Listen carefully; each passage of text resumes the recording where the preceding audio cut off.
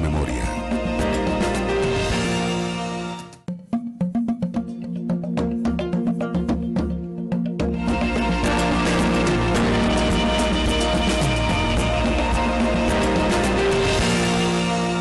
El año 1999 fue uno de los más trágicos para los profesores, los estudiantes y en general para la intelectualidad colombiana. Fue el año en que asesinaron al periodista y humorista Jaime Garzón y al profesor Jesús Antonio Bejarano, pero también fue el año en que desaparecieron al profesor Darío Betancur Echeverri, director del Departamento de Ciencias Sociales de la Universidad Pedagógica Nacional aquí en Bogotá. 4 meses después, unos restos humanos fueron hallados en Chocontá, aquí cerca a la capital, y fueron identificados como los del profesor Betancur. Hagamos memoria, quiere recordar estos hechos en detalle y hacerle un homenaje a quien fuera uno de los profesores que más había investigado el tema de las mafias en Colombia, pero también uno de los más queridos por sus estudiantes. Bienvenidos al programa.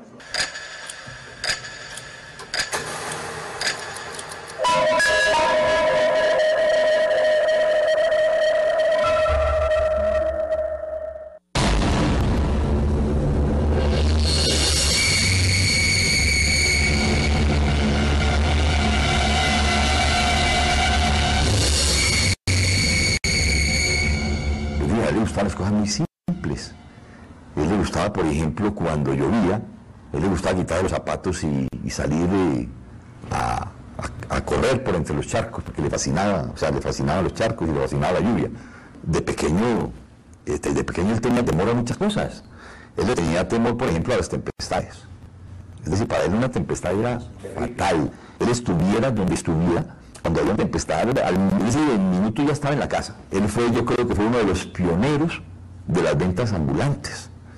Él se inventó una cajita de madera, ¿sí?, más o menos de este tamaño, y le colocaba una tirantica que se colgaba aquí en el cuello, y unas soqueticas, pues como para colocarla ahí para descansar, y él se iba allá para el frente del teatro del pueblo, que llamaba el Teatro Damasco. Él se iba a vender las cosas allá, o sea, a vender lo que le cabía en esa cajita. Él vendía de todo, él vendía cigarrillos, dulces, es decir, desde esa época él mostró que tenía pues como esa vena para ser vendedor. A él no le cobraban el teatro. Él terminaba de vender sus dulces y cuando daba la marcha final para iniciar la función, él inmediatamente guardaba sus cachivaches y entraba al teatro. Él tenía la entrada gratis, él tenía entrada gratis al teatro. Yo creo que fue el tipo que más, de nosotros, fue el tipo que más vio cine en esa época. Nosotros vivimos en el campo, inicialmente, vivíamos en una vereda que se llama Agua Linda, ¿no? Pero ya como después, ¿no? Nosotros vivimos en Italia, claro. Ahí nacimos todos, en Restrepo, que era muy cercana a la represa del Calima. Tal vez nos signó mucho, nos marcó mucho, digamos, la violencia de Restrepo, porque nosotros vimos cómo quebraban a la gente en Restrepo, hermano, cómo le disparaban. El abuelo Luis, el papá de nuestra madre, ponía bultos de arena en las puertas y nos recomendaba dormir boca abajo a nosotros. Nos decía, duerman boca abajo porque las balas de pronto no nos hagan daño. En nuestro pueblo habían los dos partidos y allá mataban a la gente y entonces mataban a un conservador y a los 8 días mataban a un liberal. Entonces se quería ver como un poder. Sí, había mucha violencia y era una vaina muy complicada de manejar.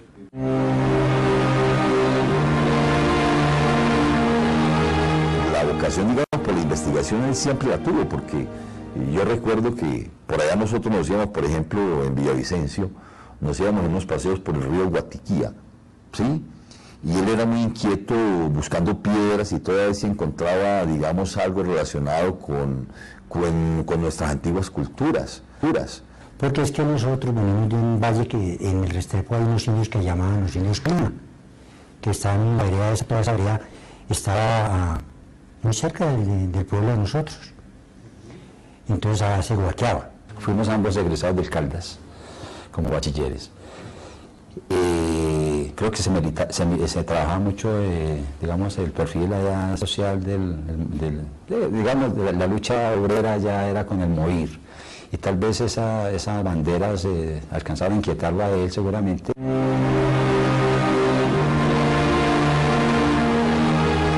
claro que yo creo que él más cuando viajó a Bogotá y que se entró a estudiar a la Nacional. Yo creo que ahí fue donde empezó más toda tirarse al socialismo, pues a estudiar a todas estas cuestiones. Para mí, por lo menos, fue una sorpresa ver a Darío pues metido en el mundo de las letras y en el mundo de la investigación y estas cosas, ¿no?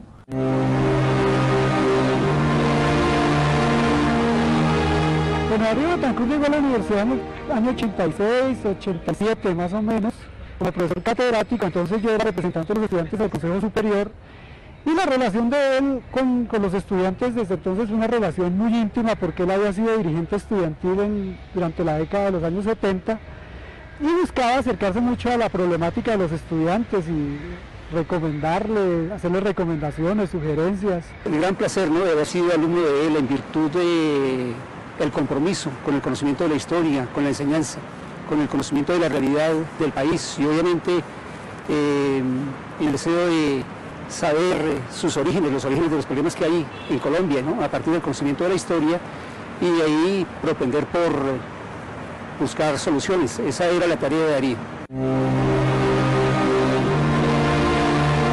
Pero como él estudió en la Nacional y después de la Nacional, él resultó estudiando en la Libre.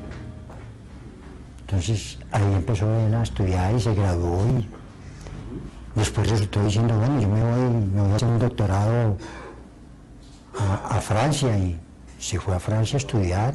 Esa financiación se la da el Estado a él, porque él era muy buen estudiante, y los puestos de él nunca fueron políticos, los puestos de él fueron méritos siempre. Él presentaba sus concursos y nunca le dieron un puesto de política, jamás.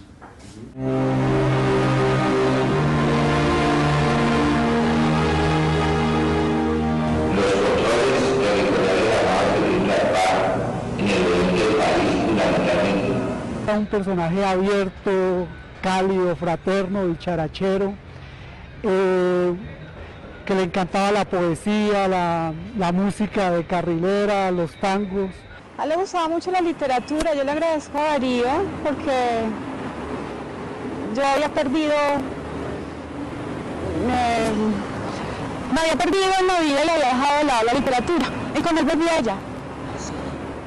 Sí, con él, por ejemplo, yo conocí muy tardíamente a Andrés Caicedo. Él me regaló su libro, por ejemplo. Me regaló un libro de Anais Nin, que leíamos con vino que él traía del valle, con vino de esos caseros, y escuchando a Elton John de fondo. Darío Betancur era una personalidad fuerte, con bastante carisma, con bastante influencia entre sus estudiantes y sus amigos, una persona muy comprometida con lo que hacía en el terreno de la investigación y de la educación, muy amante de su región de origen, el Valle del Cauca, y sobre esto escribió varios libros, y uno de ellos parece ser que está relacionado precisamente con los hechos de su asesinato. Hay otra anécdota muy linda. Darío tenía el carro allá dentro de la universidad, y unos muchachos encapuchados de los que hacían hacían los motines, y iban a quemar el carro de Darío. El hombre bajó y los enfrentó, ¿no? Bajó y los enfrentó, como decir, para decir algo. ¿Ustedes qué van a quemar, hermano? ¿Van a quemar mi carro si son teleracos? Quémemelo, pues, huevones, hermano. ¿Qué es eso, hermano? ¿Qué acto es? ¿Ustedes qué protesta es esa, hermano? ¿Hacer eso, hermano? ¿Quemar el carro de una persona que está aquí trabajando con ustedes? No, sean huevones, hermano. Los tipos desistieron.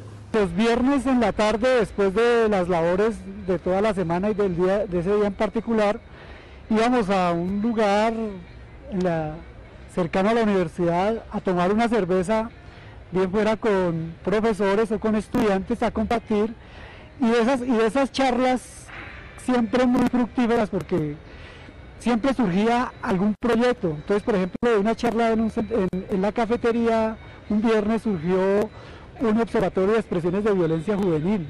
Tuvo un librito editado por Magisterio, de una colección mesa redonda, que se llama Enseñanza de la Historia a 3 niveles. Parte, digamos, como de la idea de ese libro de Enseñanza de la Historia a 3 niveles implicaba trabajo de campo. trabajo de campo era ir a contrastar, digamos, lo histórico con lo geográfico.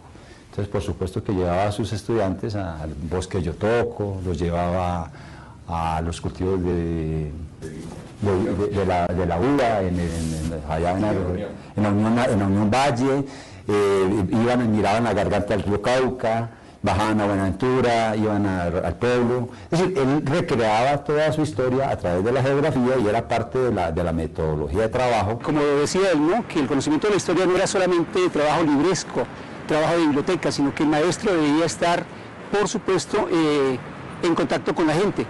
De ahí que una frase que perfectamente podemos encomillar era que siempre había que untarse de tierrita, ¿no? El hombre me decía, Hernando, yo me siento contento, muy realizado con mi cátedra. Yo me levanto, yo me baño, yo busco el mejor blue jean, el mejor pantalón, la mejor camisa, me pongo mis gafas, me echo mis esencias. Y hombre, yo me voy a dictar clase con mucha berraquera, con mucho ánimo, mano. Yo vibro con esto, mano. Yo vibro, siendo director del Departamento de Sociales de la Pedagógica, nunca quiso renunciar a la cátedra, porque él decía que ese era el contacto con la vida, que era el contacto con la gente, mano. Hay una anécdota muy curiosa con él, porque él andaba en el Renaultito 4, y un día llegó al parqueadero de la Pedagógica, ahí por la carrera 13 tal vez, y fue a entrar allí a guardar el carro, tenía pues su autorización, y le dice el celador de ahí del garaje, le dice, perdóneme, pero esto es para profesores y para la rectoría, el parqueadero no es de estudiantes. Entonces Darío saca el carnet, dice, perdóneme, señor, pues es que yo soy docente. Uy, qué pena, profesor, siga. Darío se ufanaba de contar eso y decía, no, hermano, me di el cara chino, hermano, pero yo era un docente. Una vez el hombre bajaba para la casa, bajaba para la 37, donde estaba su última morada, pues acá en su apartamento, y el hombre bajaba y como buen paisa, pues iba a comer frijolitos a la casa, y vio un aguacate, se compró un aguacate por San Martín, bajaba por San Martín, y cuando un tipo ahí en una esquina seguramente le dijo, le vendo esa grabadora, hermano, le vendo esa grabadora, mijo, una chimba grabadora así de grande, hermano. Y mi hermano, pues, hermano, hombre, como que se tentó, dijo, hermano, y dijo, ¿cuánto vale, hermano? Vale 50.000 pesos, hermano. Puta, vale mucha plata, hermano. ¿Cuánto me la deja, hermano? Yo doy 10.000 pesos. Yo, no, papá, ¿cuál es 10.000, hermano? Saque 20. Pues es que yo no tengo 20.000 para aquí. Tengo 15, hermano. Dijo, hermano, llévesela, pero eso pues, pero así, hermano, la flota así, llegó a la casa. Negra, deja la chimba del negocio 15, hermano. Y cuando destapa eso, le salen unos ladrillos de cemento así, hijo de puta, me tumbaron. Araceli, que sigue siendo secretaria de Sociales, ella decía que Darío era la madre de Teresa de Calcuta. ¿Por qué? Porque el hombre abogaba mucho por sus estudiantes, siempre buscaba que los muchachos volvieran, que no hicieran deserción, que retomaran la carrera, que se graduaran. Era un hombre. Mucha combatividad hoy, la mujer muy combativa hoy, el 1 de mayo. Claro que sí, combativa, proletaria, obrera, sí, el 1 de mayo. Él sagradamente tenía un compromiso los 1 de mayo con sus estudiantes. Se iban a las marchas que organizaban pues del Día del Trabajador. Y yo lo vi como el 29 de ¿qué? De abril. De abril. 29 de abril fue la última vez que yo lo vi. Nosotros salimos de la universidad ese viernes a 5 de la tarde, 6 de la tarde, y fuimos a un bar que frecuentábamos mucho. ¿El Patio del Arte? Creo que se llamaba así, sí. Yo intenté hacer memoria esta mañana, pero no recordé cómo se llamaba. Era Amigos de él. Sí. Era como un café, galería, bien agradable el espacio. Y él me dejó allí, me dijo, voy a darle una vuelta a Paula, creo que era Paula quien estaba en casa. Y tengo entendido que nunca llegó a la casa. Y el patio del Arte a la casa de Darío eran como unos 10 minutos. ¿Menos porque le estaba esperando? Y no creo. Yo luego me quedé allí esperándolo 2 horas, nada. Rarísimo, yo no entendía qué había pasado. Llamé a su casa, pero me dio miedo la que contestó su hijo, entonces colgué. Y al día siguiente en la mañana me llamó Catalina a preguntarme que si yo sabía algo de su papá. ¿La mayor? Sí. Y que fue cuando yo, o sea, que no hubiese vuelto, que no hubiera llamado, ya de una vez a mí me pareció extraño. Hubo en Colombia un fenómeno de perseguir la inteligencia de perseguir el pensamiento crítico y también de perseguir a los investigadores sociales que de alguna manera a través de sus estudios develaban una realidad. En el caso del profesor Darío Betancourt, exactamente el 30 de abril de 1999, después de terminar sus clases tipo 5:30, 6 de la tarde, él toma su vehículo, que en ese momento pues era un Renault 4 rojo, y se va hacia su casa, que está ubicada en el Paraguay. La noche de la desaparición, me llamó la niña mayor, ya, en razón a que pues, yo vivía prácticamente al frente de ellos, para decirme que si yo sabía algo del papá, ¿sí?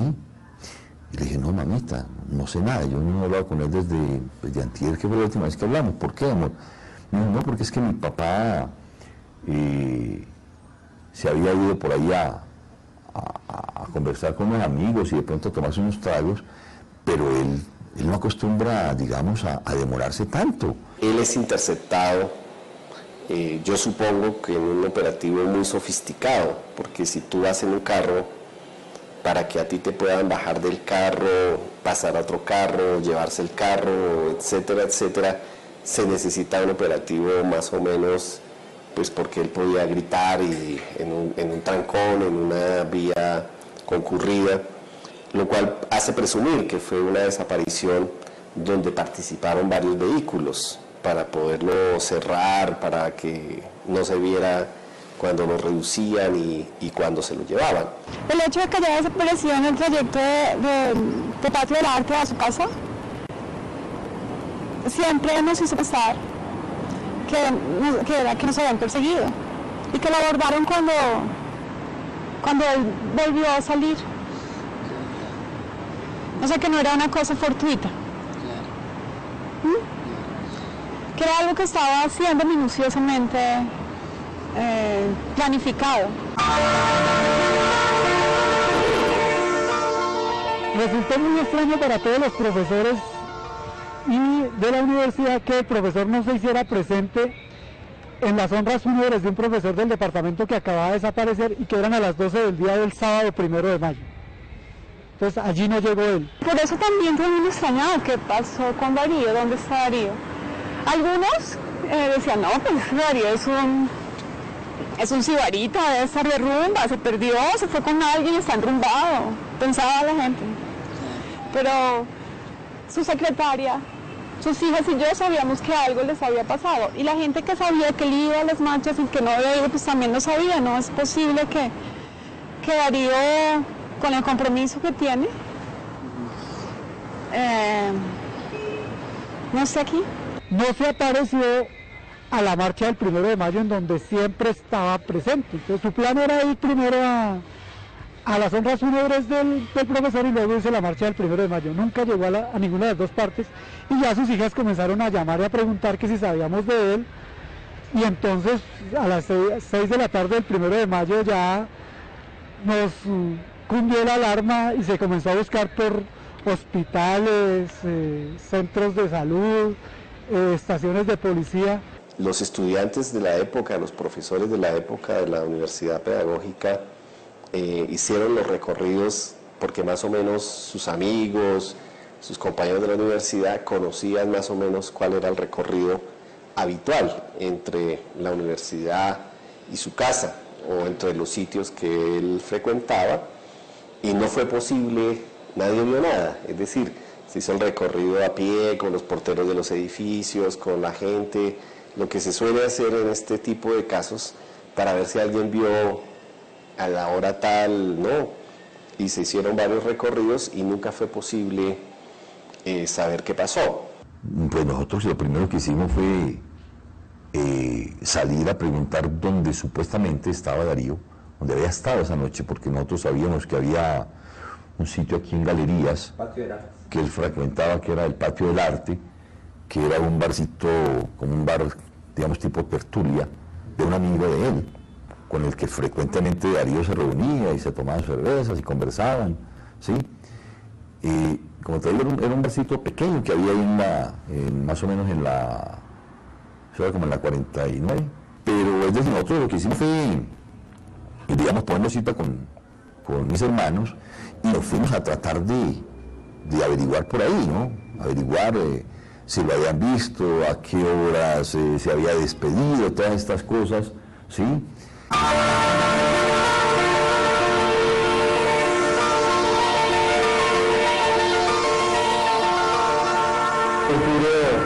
¿Pudo encontrar alguna señal de su paradero? Nosotros, sus amigos, lo estamos esperando. A raíz de eso, pues ya nos comunicamos nosotros con la universidad, ¿sí? Y empiezan a organizarse unas brigadas de búsqueda que pues, prácticamente recorremos toda la ciudad por las partes que posiblemente pensamos que, ¿sí? Que pudiera haber estado, y empezamos a recibir nosotros llamadas con informaciones pues que, o sea, que le parece a uno que sí, que efectivamente le están dando algún indicio de que, y a donde nos llaman, donde nos dicen que posiblemente lo vieron, pues para allá arrancamos con una brigada. Es decir, eso fue una cosa supremamente angustiosa. Llamaban a las emisoras o llamaban a la universidad diciendo que lo habían visto en Yomasa. Y nos íbamos en bus lleno, estudiantes, profesores, hasta Yomasa y caminábamos por cada calle, nos organizábamos con el plan, caminábamos. Yo lo hice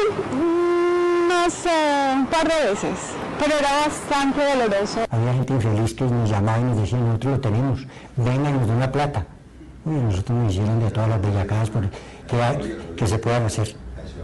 En Ciudad Bolívar nos hicieron ir por allá a un barrio que se llamaba Candelaria la Nueva. Nos pidieron una plata, nos llevaron, nos sentaron en una banca que ya bajaban con él de noche, que lo traían envuelto en una ranga para que no lo vieran, y nosotros como unos estúpidos por allá, no dimos millones, pero hasta una plata alcanzamos a dar. Pero nos estafaron. Hoy decían, no, que lo vieron en tal parte, que estaba ambulando, que le dieron escopolamina, entonces corríamos nosotros para allá. Él tenía una perra hermosa, una Schnauzer, y la llevamos para que lo ayudara a buscarlo, porque él quería mucho esa perra, y era una perra muy especial con él. Bueno, a nosotros que no nos hicieron, que no nos dijeron, ¿dónde nos vamos a buscarlo?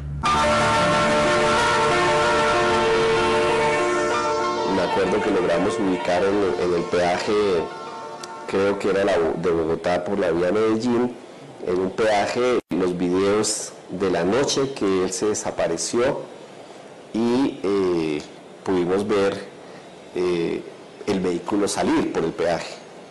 Pero las imágenes técnicamente no eran muy buenas y no posibilitaba precisar cuántas personas iban en el vehículo, si iba solo, si iba acompañado. Pero lo cierto es que el vehículo pasó en las horas de la noche por ese peaje saliendo hacia la vía de Medellín. Ahora, finalmente, nunca hemos encontrado el Renault 4 rojo, placas APE 362, que fue el vehículo que era de su propiedad y en el cual se le desapareció.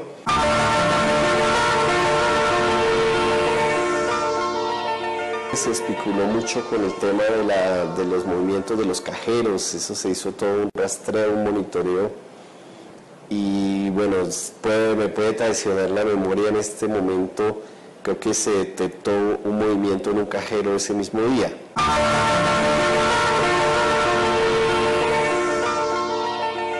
En Córdoba o en Sucre se tuvo información también de la posibilidad de que en una casa, al parecer lo podían tener a él allí secuestrado.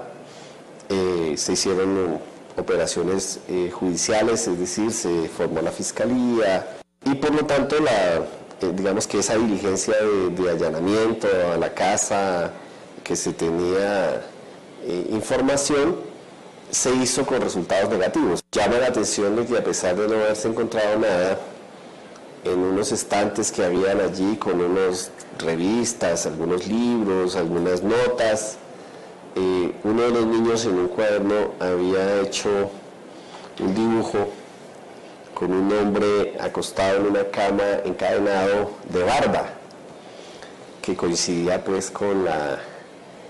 entonces uno como que intuía que al parecer ese dibujo lo había hecho el niño porque le había impactado seguramente lo que había visto, ¿no? Y digamos que eso era como un hecho indicador, pero muy leve, de que al parecer alguien pudo haber estado ahí en esa cama encadenado. Pero ninguno de estos hechos sirvió para que la Fiscalía llevara a cabo una investigación seria, una investigación exitosa que nos permitiera determinar quiénes eran pues, los autores materiales o los determinadores de la desaparición del profesor Darío Betancourt. Como en 2004 me llegó una notificación porque se había vuelto a abrir el caso y necesitaban que yo rindiera testimonio. Y la persona que me atendió le puso una sangre de plato al lado de una mujer que al parecer estaba con él en el auto después de que me había dejado a mí esa noche en el patio del arte.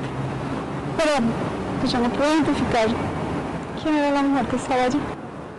Que lo había dado a alguien que se supone que lo había visto amedrentado, asustado dentro del auto.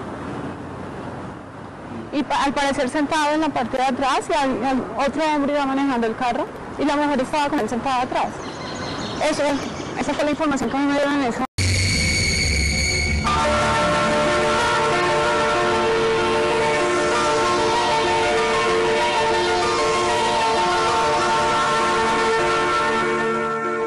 Luego encontramos por vía de un campesino que en el área rural de Chocontá encontró una cabeza y la reportó a la policía. Medicina Legal, que estaba al tanto de la desaparición de Darío Betancourt, le pareció que la cabeza con una parte de los huesos aquí del hombro y de un pedazo de acá del antebrazo, etcétera,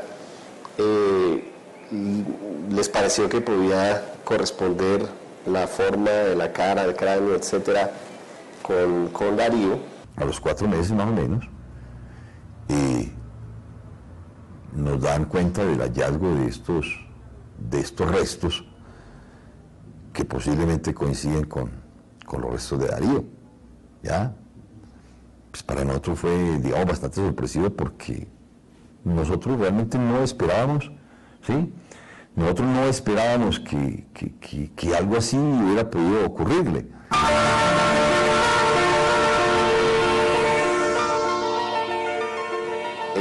Y efectivamente, pues, practicaron el perfil de ADN, hicieron la prueba y salió que correspondía a los restos de este profesor.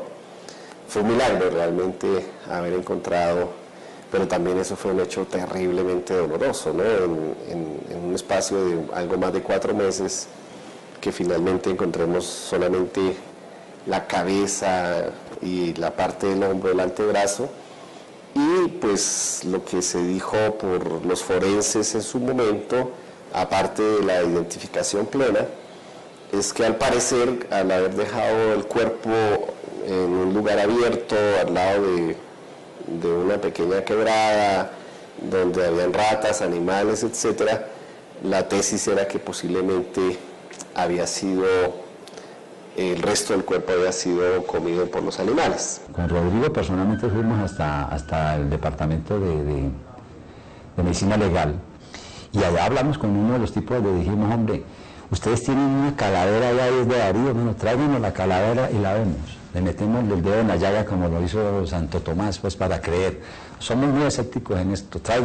Señores, pues que es algo grotesco, nos importa un carajo que sea grotesco, tráigala, mano. No es que son los procedimientos no autorizados. Entonces, dejemos así.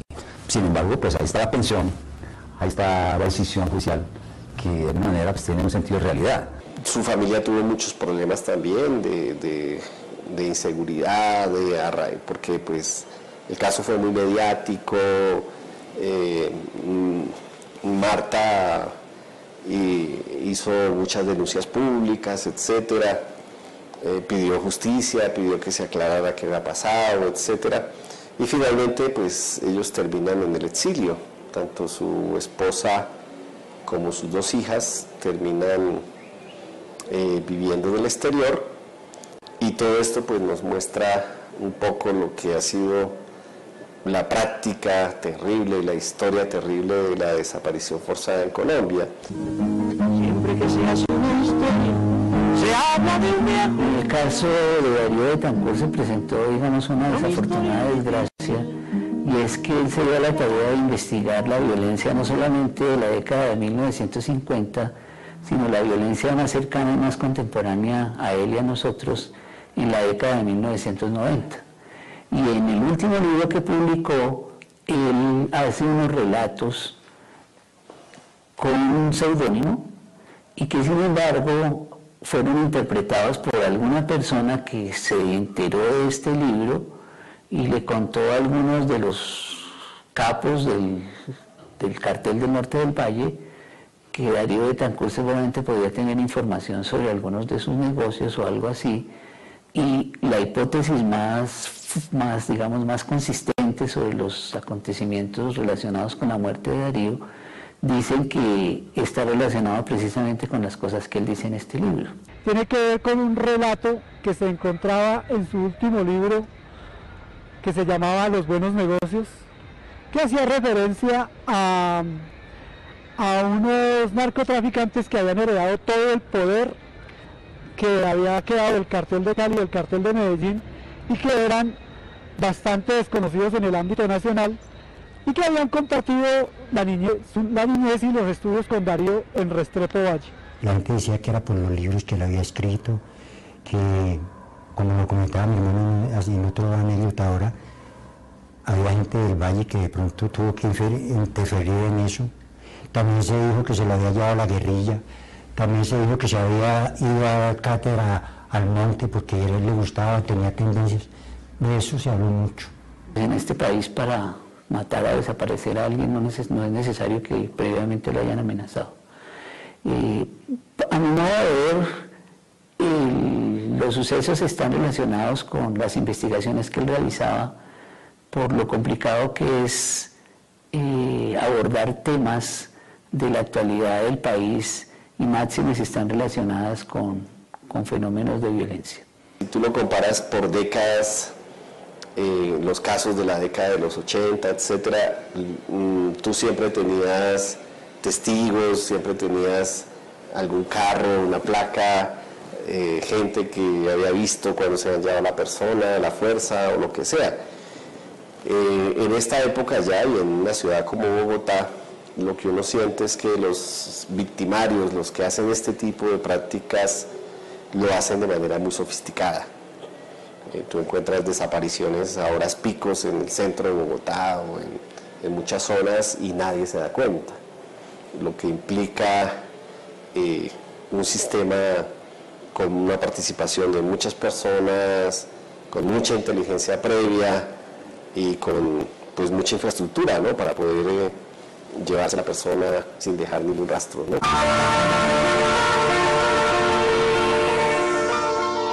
Nosotros no sé por qué razón se nos ocurrió pensar, tal vez por algún comentario que Darío mismo hizo, a nosotros se nos ocurrió pensar que de pronto él se había ido a unirse a algún grupo guerrillero. No sé, no sé por qué llegamos a pensar eso, pero tal vez en alguna oportunidad nos dio a entender algo así relacionado con que quería dejar todo lo que tenía aquí e irse para el monte. La esposa fue a hacer una visita por acá a Los Castaños, porque también dijeron que se encontraba con los paras. O sea, de eso se habló de todo. Se especuló cantidades de cosas.